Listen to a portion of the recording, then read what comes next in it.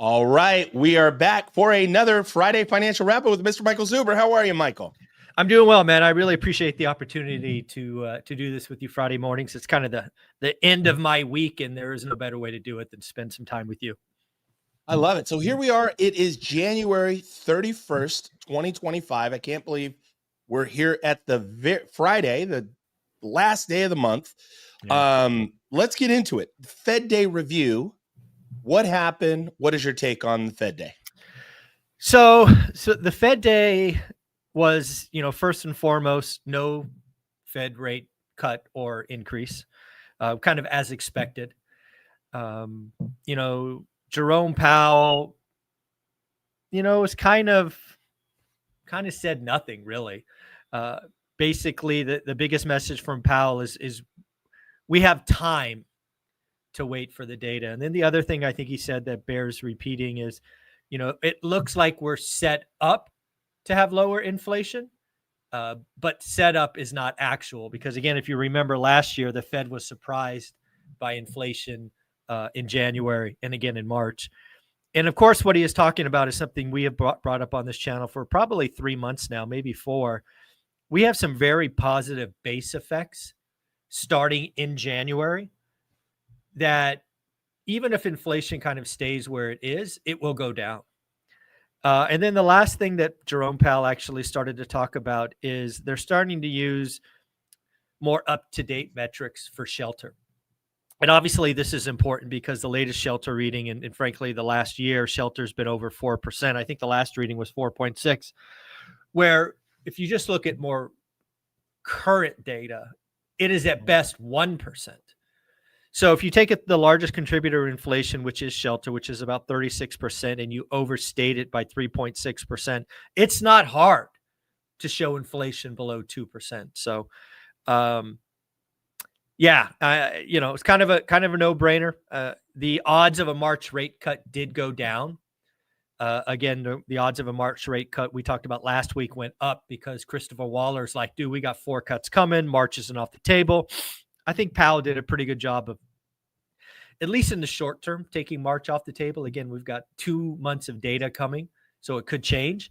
But yeah, it was kind of a nothing day as expected. Yeah.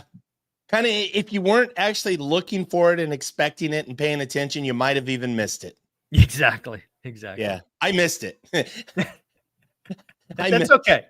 I got caught up in other headlines, which we'll talk about. So let's continue. Let's keep rolling. So new home sales, what happened? Yeah. So again, I just want to remind folks, I've only called for 2 winners in 2025 in the real estate game. And the first one is home builders. And specifically, it's home builders that figure out how to orient and go smaller. Yeah. And we're starting to see that in the data, right? Home sales, new home sales, a surprise to the upside. Also, what we're starting to see is average square foot size fall. I think this trend only exacerbates, and again, will go down as a call I got right, where a lot of the doomers got it wrong again. A lot of the doomers are talking about new home builders, are going to, basically go bankrupt. And I'm like, are you guys not paying attention? They have record margins. They're the seller that can play with rates. They can do this, they can do that. So again, new home builders, surprise to the upside. We got it right. And I don't see any reason it stops from here. Interesting. Yeah. And I mean, spot on. You've been talking about home builders again for the last year and a half. And of course, you're right on point. So let's keep going. So let's talk about pending home sales. What happened this week? Another one we got right? Pending home sales. We've talked a long time, kind of flippantly almost, 7 bad, 6 good, right? We've now seen this round trip, I think 3 times. And today we are standing over 7%, and pending home sales went down like 5.5% when it was expected to go up. It was down double digits in the West. It was down almost 9% in the Northeast. It was down in every region. And again, what have I said? I've said, unfortunately, that 2025 is going to be worse than 2024. And all the analysts that I follow are like, no, dude, 2024 is the bottom. I'm like, guys, you're not paying attention, right? We've got one more hard year. Now, of course, all things could change if rates, go in the 5s like Barry Habib thinks and other analysts think. I'm actually shocked at how many people think rates will have a 5 handle on it this year. A lot of them obviously are in the mortgage business, so they're kind of talking their book. Right. But there's so many people that think we're going to have 4 rate cuts this year, and I'm like, how? Like, Right. how is that going to happen? But yeah, pending home sales went exactly like I expected. We're going to do, I've said repeatedly, and we'll say again here, we're going to do under 4 million in existing home sales.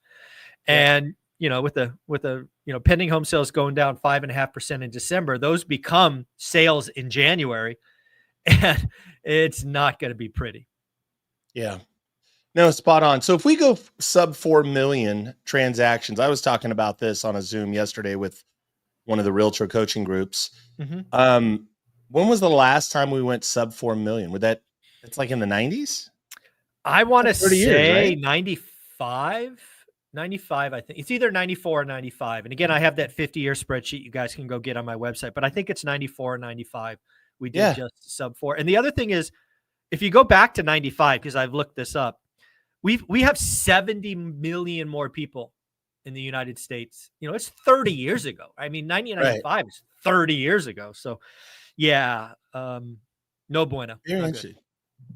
Very interesting. I know. And I was reflecting that this definitely feels like the mid 90s, and where things were just weird, and rates were bouncing around and just weird. Let's continue. We'll talk about real estate. Of course, we'll always talk about real estate. Let's talk about PCE. Let's talk about inflation. What did you see this week?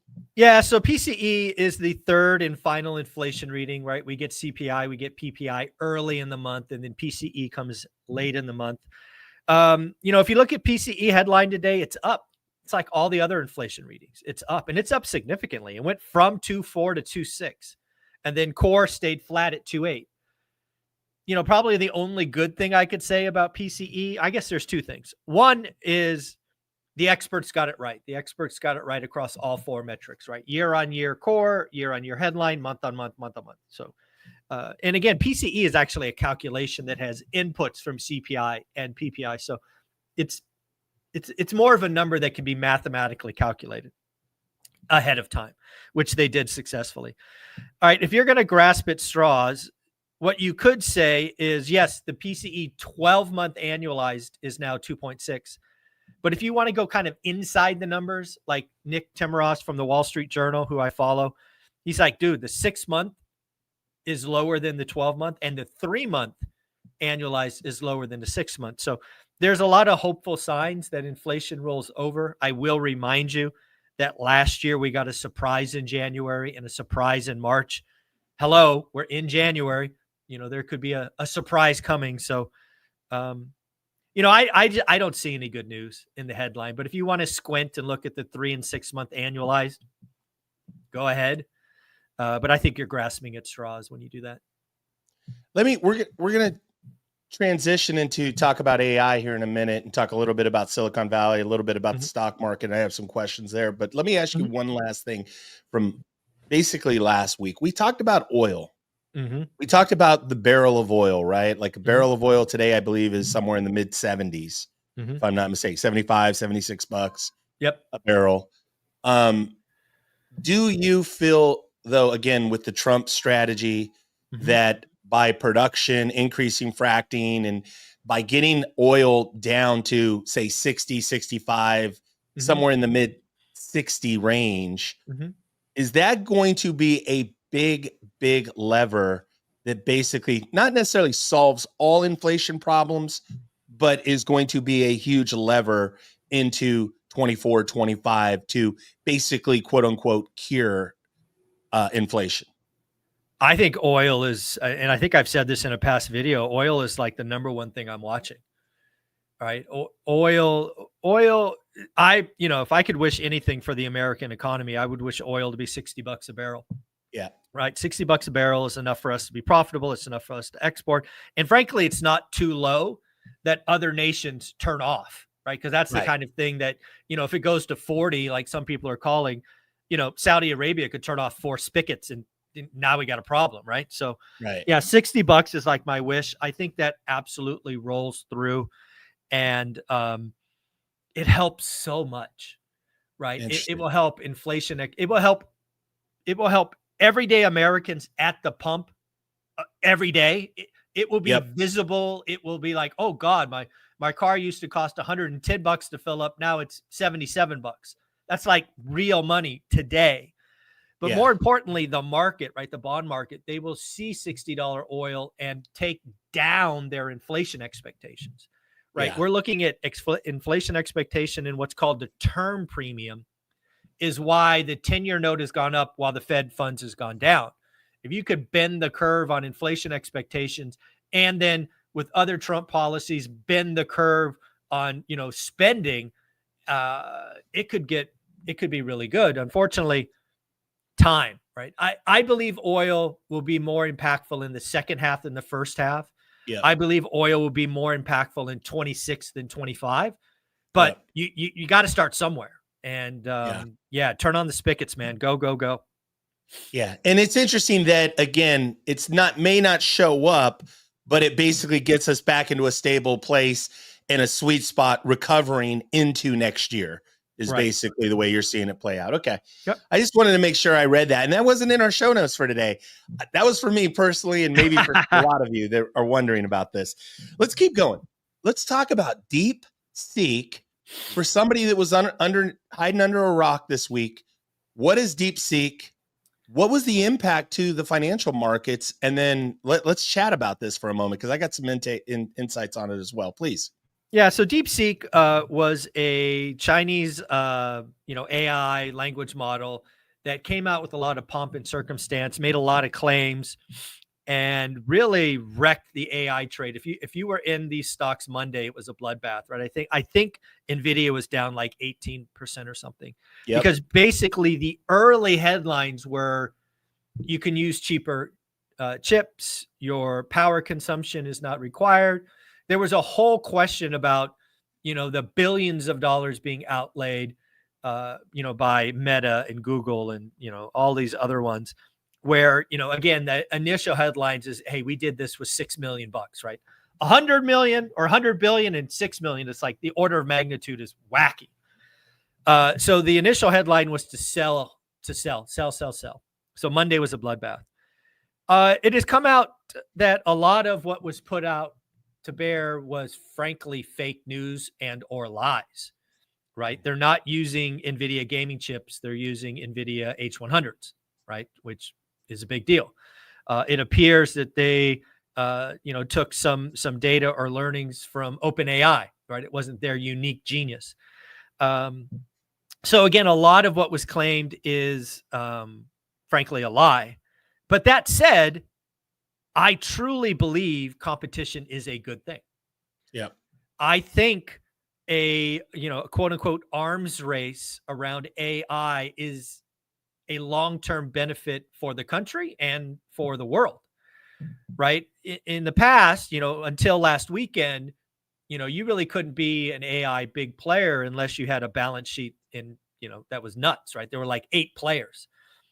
I think what DeepSeek really showed is, maybe instead of 8 players, there could be 800, right? If we just attacked the model, instead of doing horsepower, we did it a different way. Yeah. So I think long-term, it's a huge positive. I think a lot of what came out was fake news. Again, we need to remember, who is saying it, right? China said it, or, whoever said it on their behalf. The facts didn't match the story. That said, I still think it's a positive thing. I still think we all win in long term by having competition. So, I think it's a net positive. Yeah, and I completely agree. I saw the talking headlines. The market rebounded the next day. Mm-hmm. So that was NVIDIA came back. I don't know what it is today on Friday morning, but it looked like it rallied back up, and it kind of sent off a buying signal, maybe a little bit overhyped. But the thing that really hit home for a man in his mid-50s, I didn't think so much AI, woo, woo, woo, so big deal. But then I kind of paused this week and I go, wait a minute. I used AI to do virtual staging on that vacant house. I used AI to create PowerPoint presentations this week. I used AI to help me formulate an email to really craft it so that it was simple and to the point. And so we are absolutely in an AI revolution. It feels like. Let me ask you this though, and this was the question I had with a couple of other colleagues. I have a friend of mine, Alex Lear, big player in Silicon Valley real estate, residential real estate. We both messaged each other and said, it'll be interesting to see how people react, what the offer flow is like. Mm-hmm. Silicon Valley has not slowed down on real estate. No. Still multi-offers. Prices are strong. Unlike anywhere else in the East Bay, it is like a whole different market. It's bananas. Yep. If we did see a black swan hiccup in the stock market, how will that affect residential housing and what we do? Well, again, if you just take it to the Silicon Valley, it's probably Silicon Valley, it's Seattle.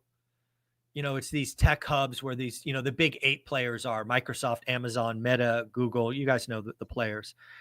Let's just say for a moment, just play this out for a moment, that DeepSeek was everything they said and more. Right? Let's say that the analysis said that. NVIDIA would be down more today than it was on Monday. It would have fundamentally changed the world of AI. It would have gone from a horsepower, which is H100s, and the more of them you can put together, the better, to a more engineering model, right? Where it's just fundamentally needs less hardware. That was essentially the thing. If all of that it was right, NVIDIA would be down, Meta would be down. It would be interesting. Now let's go to consumer behavior. That's really what your question is. So if we had, a black swan event that just took 30% off the market cap of the Mag 7, for example, history tells me that at least in the short term, a lot of consumers who have this RSU and the stock money, which a lot of the Valley does, a lot of them would probably sell, right? Go to cash and not want to lose. So for a short term, you would have more cash and they would probably deploy it and that would be very short. We're talking 45 days, 90 days or less. Okay. Then what you would have there is you would have some people that would just hold on. But yeah, if you take 30% out of, the top 8 or Mag 7, it would certainly net slow down the Bay Area housing market. There's just no question. Right? That's why you get, a house in San Jose with 7 offers on it. Everybody's over asking you and waiving conditions and paying cash. It's because of all this freaking stock money that's just flying around the Valley. It's crazy. Interesting. Very interesting. Something to keep an eye on. Let's keep going. Let's talk about Vegas ticket sales. If you're going to go, folks. Today's the last day. I took your advice. Oh. Ticket sales I will close ticket sales today. Today, January 31st, Friday. It's the end of the month. I want to stop talking about it. I want to focus on the event. Right now, I think we have 28 tickets left. If you want to go buy it today, go to Eventbrite. The virtual tickets will stay on sale because that doesn't take any effort from me. But yeah, physical ticket sales last day. I'm going to say it right now. We probably don't sell out, which is okay. And that just means, a little more comfort, a little more opportunity to network and get to know people. And, I'm okay with that. So, last day, I took your advice last week. Today, it's ticket sales go off at the end of the day.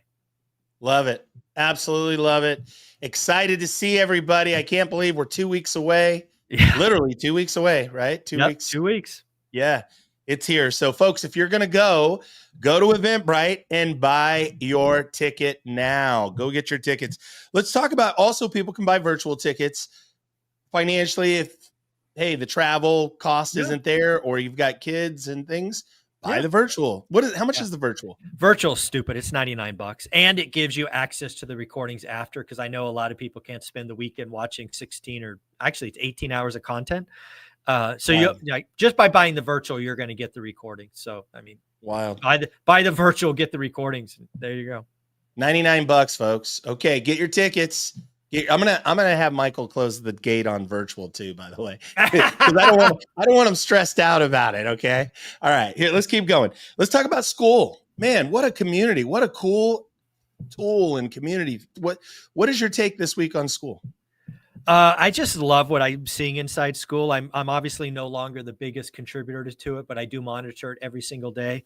we're seeing more and more people share wins, share stories, bring in other folks.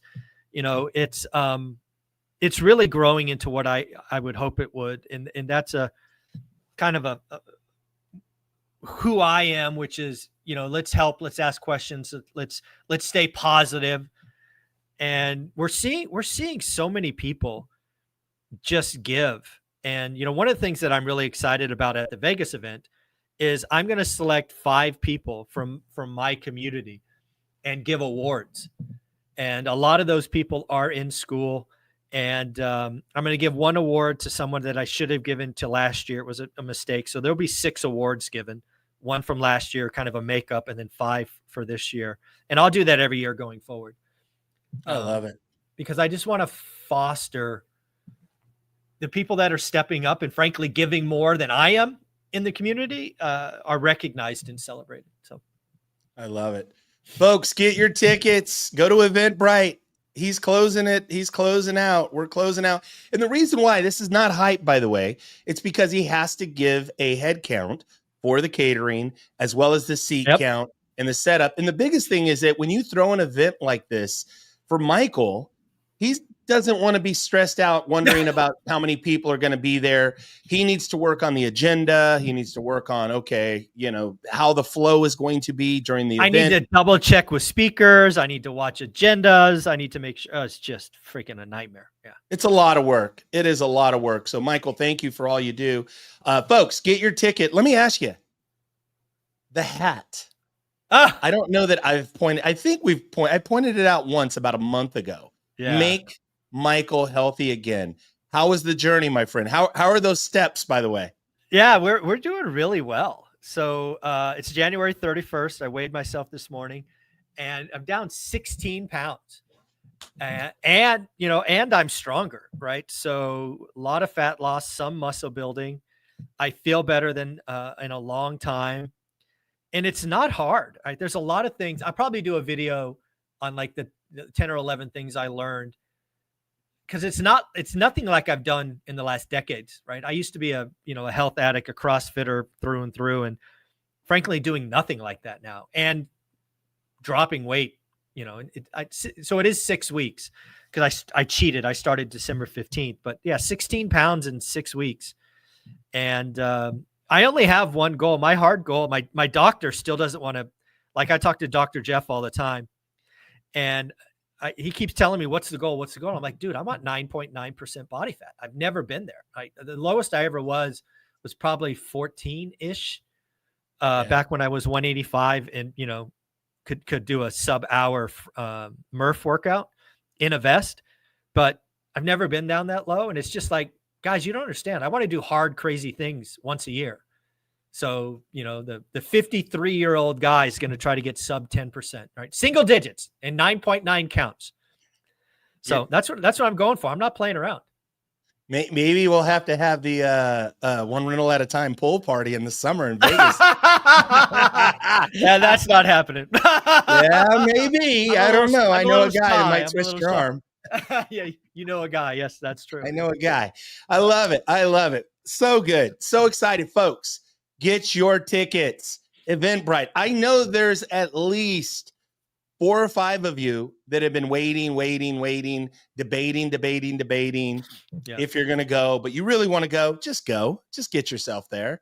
Get yourself there. Buy your ticket today because the ticket will not be on sale tomorrow. Nope. We are closing out ticket sales. If you're going to be there live, buy your ticket today. Michael, any parting words? No, I just want people to realize that right now we are 1/12 through 2025. 1/12. The year is a month over. Yep. And one of the things I keep telling folks is you've got to get in the right rooms in the right communities. If you want to get healthy like I am, I've got to, I interviewed Jason Khalipa yesterday. If you guys don't know who Jason Khalipa is, he was the 2008 fittest man. He's the owner of NC Fit, which was my CrossFit gym for 4 years. And again, you got to get around people that are, healthy, right? You've got to change your circle. If you want to get in real estate investing, build wealth, you got to get a part of school. You got to get a part of our family. There's a lot of doom, a lot of fear out there. It's just focus and consistency. And it is that simple, but it's also that hard.